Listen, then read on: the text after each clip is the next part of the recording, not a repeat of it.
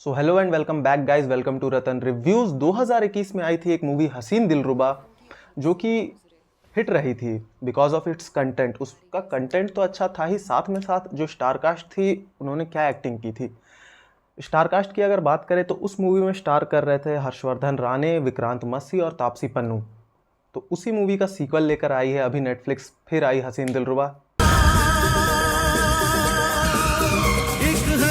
हसीन दिलरुबा की यूएसपी यही थी कि रोमांटिक थ्रिलर। तो उस मूवी में जिस टाइप का थ्रिल दिखाया गया था वो इस जनरेशन के लिए बहुत ही ज़्यादा नया था। नया नहीं कह सकते, पुराना था, लेकिन इस जनरेशन के लिए नया था क्योंकि अब वैसा थ्रिल मूवीज़ में देखने को मिलता नहीं है। It was really old school. Pandit ji अपनी किताब में लिखते हैं, अमर प्रेम वही है जिस पे खून के हल्के हल्के से छींटे हो ताकि उसे बुरी नजर न लगे। इसलिए इसको लोगों के द्वारा बहुत ही ज़्यादा प्यार मिला and it became a hit. तो अभी 2024 में आई है, पूरे के पूरे 3 साल के बाद इसका सेकंड पार्ट फिर आई हसीन दिलरुबा। तो जब मूवी हसीन दिलरुबा आई थी तो उसके साथ एक कंट्रोवर्सी भी हुई थी कि चीटिंग या फिर अफेयर जैसे, एक्स्ट्रा मैरिटल अफेयर जैसे मुद्दे को ये लोग ऐसे ही दिखा दे रहे हैं, ऐसे ही उसको ज़्यादा गैसलाइट कर रहे हैं, बहुत ईजिली दिखा रहे हैं। तो मेरा यही कहना है कि movies are made for fun. Movie को बस मूवी देखने तक ही लीजिए, उसको अपनी बूंद में ना लीजिए। तो मूवी का प्लॉट क्या है, मूवी में कौन से मुद्दे को कैसे दिखाया जा रहा है, उससे कोई लेना देना नहीं है। मेरे चैनल पे बस 3 ही चीज़ मिलती है, हंसी मजाक और मस्ती, और कहाँ दारू मिलेगी सस्ती। उसके अलावा कुछ नहीं। I am here to give you और share with you some information जो कि फन लविंग, और हाँ वैसा अगर कुछ मुद्दा रहेगा तो उस पर ज़रूर बात करेंगे। लेकिन अगर फिक्शनल कैरेक्टर्स ऐसे हैं तो उस पर कुछ नहीं कह सकते। फिक्शनल कैरेक्टर पे क्या कह सकते? कोई क्राइम पेट्रोल का कोई एपिसोड तो है नहीं जो कि सच्ची घटना पे आधारित है जिस पे मैं अपना ओपिनियन दूं। लेकिन अब क्या ही कह सकते हैं।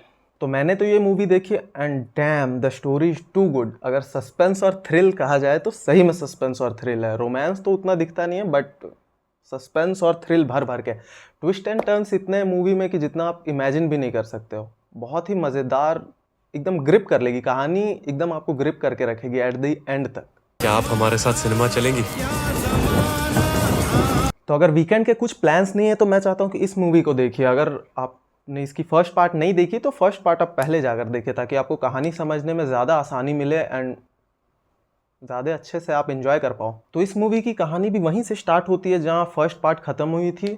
दोनों प्रेमी मर्डर वर्डर करके भाग तो जाते हैं एक दूसरे का हाथ थाम कर, हाथ कटवा कर, और फिर पहुंचते हैं आगरा में। फिर पूरी कहानी आगरा में बेस्ड होती है। तो पूरी कहानी आगरा में इस बार चलती है, और जहां पर इनकी लाइफ में फिर से एक तीसरा किरदार आता है कंपाउंडर साहब करके, जिनका नाम होता है अभिमन्यु सिंह।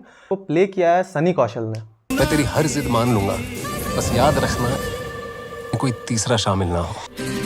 और अगर इस मूवी में कैरेक्टर्स की बात करें तो कैरेक्टर्स वही है, बस एक नया कैरेक्टर आया है and damn, Jimmy Shergill still has that dog in him. उनको एज अ बैडएस कॉप जो कि इस केस को अपना पर्सनल केस बनाता है, and damn he is too good for the role. दिल के सगे चाचा, अब सारे सवाल हम पूछेंगे क्योंकि इट्स पर्सनल। कहानी आगरा में फिर से वहीं स्टार्ट होती है, कहे कि उस पुलिस इंस्पेक्टर का ट्रांसफ़र भी आगरा ही हो जाता है, और फिर से इनसे पूछना पड़ेगा रिशु सक्सेना कहाँ है। चीज़ें फिर से टकराती हैं, फिर से एक नया इंसान आता है, फिर से आपको लगेगा कि फिर से वही लव ट्रायंगल होने वाला है, but things are completely different this time. और बहुत ज़्यादा सस्पेंस है यार, बहुत ज़्यादा थ्रिल है।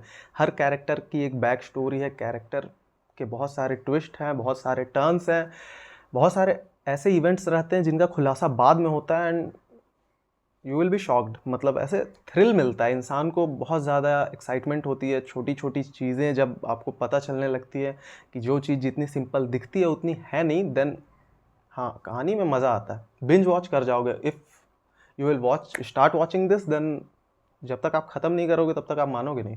तो अगर आपने इसकी फर्स्ट पार्ट देखी है तो आपको पता होगा that novels play a very important role in this movie. मतलब नॉवेल्स की जो कैरेक्टर्स जो इस मूवी के अंदर जो नॉवेल्स पढ़ते हैं उनके इवेंट्स से इंस्पायर करते हैं ये अपने लाइफ के इवेंट्स को। मतलब उनका जो क्लाइमैक्स, उस नॉवेल का जो क्लाइमैक्स, जो कंक्लूजन रहता है, उसको ये अपनी लाइफ से जोड़कर उस तरीके से अपने क्लाइमैक्स को अंजाम देते हैं, या जो भी ये करते हैं।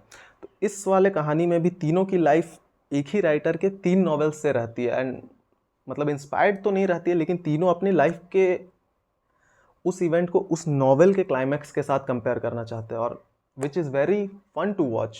पहले तो इस दिनेश पंडित को घसीट के लाओ थाने में। जी सर। तो मूवी में ये तीनों कैरेक्टर्स जो भी मेन कैरेक्टर्स हैं जितने भी प्लानिंग और प्लॉटिंग करते हैं वो सब इंस्पायर होकर करते हैं एक नॉवेल के क्लाइमैक्स से। एंड देखने में मज़ा आता है भाई कि हाँ स्टोरी है। मूवी में एक और अच्छी बात है जब बीच बीच में जो गाना आएगा, एक हसीना थी एक दीवाना था, दैट इज़ कम्प्लीटली गुड। मतलब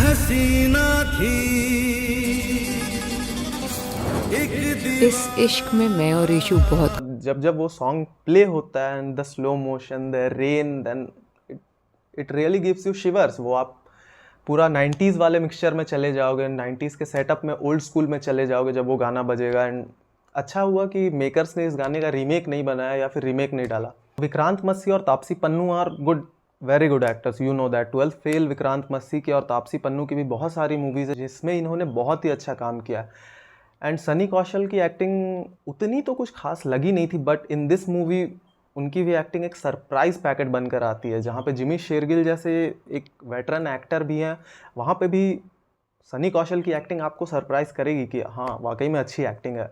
तो पूरी की पूरी मूवी ट्विस्ट एंड टर्न से भरी हुई है, हर एक कैरेक्टर के अपने ट्विस्ट एंड टर्न्स है। और लास्ट में जब आपको लगेगा कि हाँ चलो इस ट्विस्ट के साथ मूवी ख़त्म हो गई, तो लास्ट में एक और ट्विस्ट निकल कर आएगा और you will be very surprised कि ये तो रिलेट भी नहीं कर रहा था। बट सो इसको देखने के बाद आई रियली होप कि नेटफ्लिक्स इंडिया की तरफ से और ऐसी ही इंडियन स्टोरी लाइन पे बेस्ड मूवीज़ हमें और देखने को मिले और ऐसे शोज़ मिले। दैट्स इट, मिलते हैं।